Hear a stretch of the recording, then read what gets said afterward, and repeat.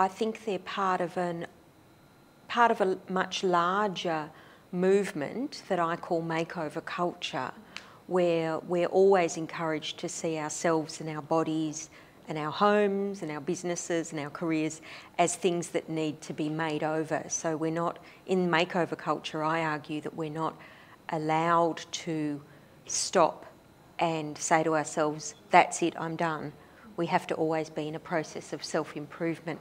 So as far as those shows go, I think they're one of the pedagogies of makeover culture. So they're one of the things that teach us that that we're always ripe for renovation, that we always need to be improved. These shows are in some ways like a kind of cultural anaesthetic.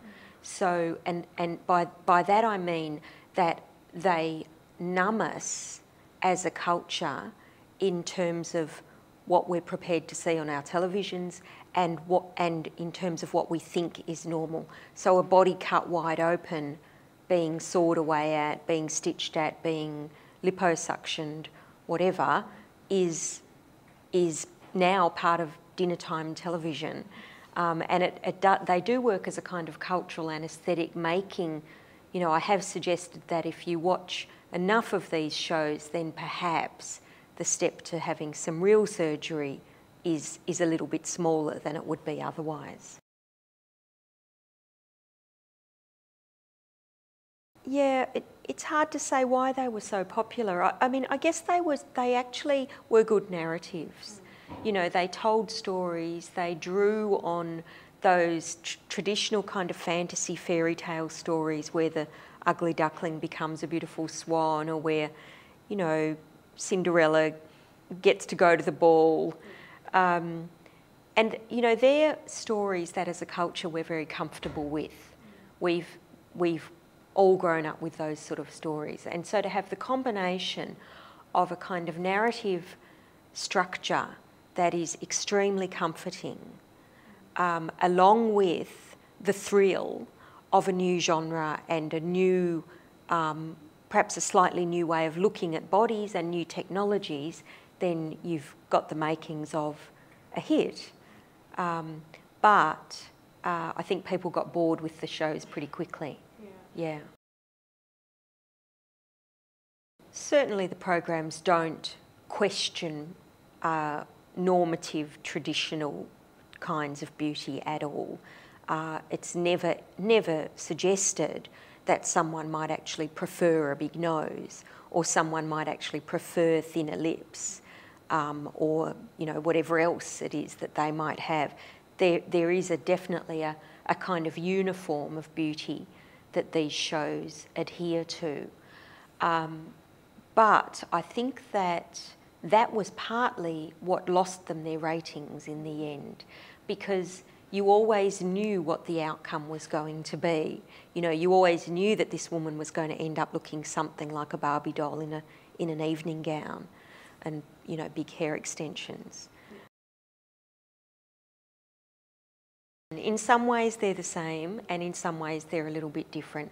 I think the big similarity between, for example, Extreme Makeover and How to Look Good Naked, the big similarity is that in both shows you've got a so-called expert who's usually a man. Now in Extreme Makeover it's a team of men and a couple of women, but you've got a so-called expert who is teaching and allowing women to feel good about their bodies and to believe that they look good. So in one case he does it through photography and getting her to accept the body she's got and love it. And in another case he's, you know, whipping out the scalpel. But in that sense I think they're definitely part of the same grand narrative, because in neither of them considers the possibility that a woman might be able to make herself feel that way, or the possibility that perhaps there are lots of things in our culture that stop her thinking that way.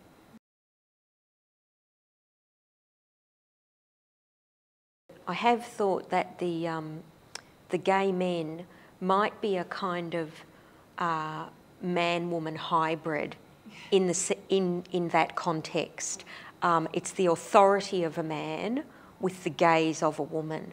And if we think that women usually dress for other women and usually worry about what other women are going to think of them rather than trying to attract men, then you could draw something out of the fact that they're gay men hosting it. Does that make sense to you? Yeah.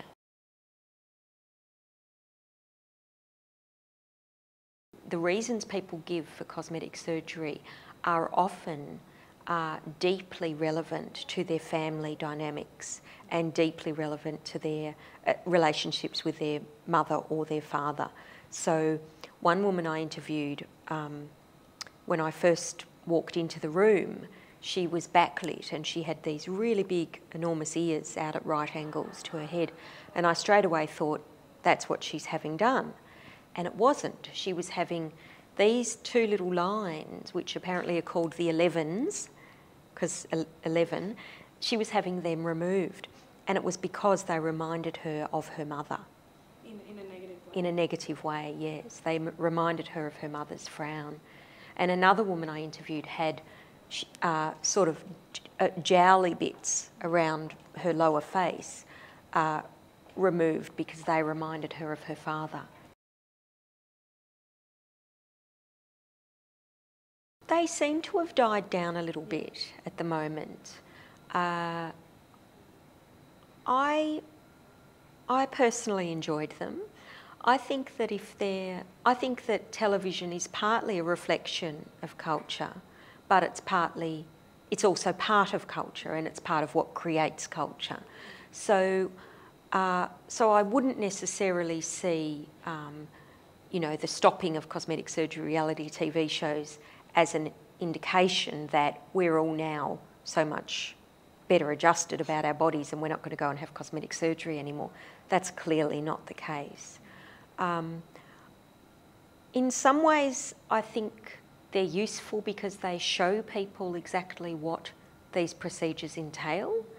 In some ways, they're useful because after a while of watching them and seeing Barbie and Ken and Barbie and Ken and Barbie and Ken, on this little assembly line coming out of them, we do get bored and we think, well, maybe my nose is beautiful the way it is. Maybe my lips should stay this way.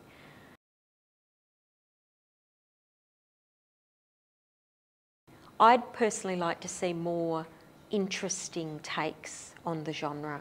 So things like, teenagers becoming cats or, choose your colour. Like, when we get a fake tan, why does it have to be orangey brown? Why can't it be blue? I'm serious. Like, there's no actual logical reason for it, for us to choose the procedures we choose. So, yeah, cosmetic surgery as art, I really love the idea of that. I think cosmetic surgery as grooming and beautification is never going to go away, so long as people can afford it. So I'd like to see it move into other areas. Maybe cosmetic surgery as art would be a good reality TV show. There's no doubt that the two happened at the same time. But how much they impacted on each other is impossible to say. Surgeons all over the world, or surgeons in the UK, America and Australia, all reported increases in inquiries about cosmetic surgery after the first few extreme makeover shows. Whether those translated into actual surgeries, I don't know. Unfortunately, statistics about cosmetic surgery are very, very bad, especially in Australia. Yes, it's definitely accurate. The surgeons who work on extreme makeover do so, I think, for free, but of course they have it's a massive free advertisement for them, and most of those surgeons have become celebrities in the States and have got huge businesses. So definitely that show worked as an infomercial or as advertainment or whatever you want to call it. Yes.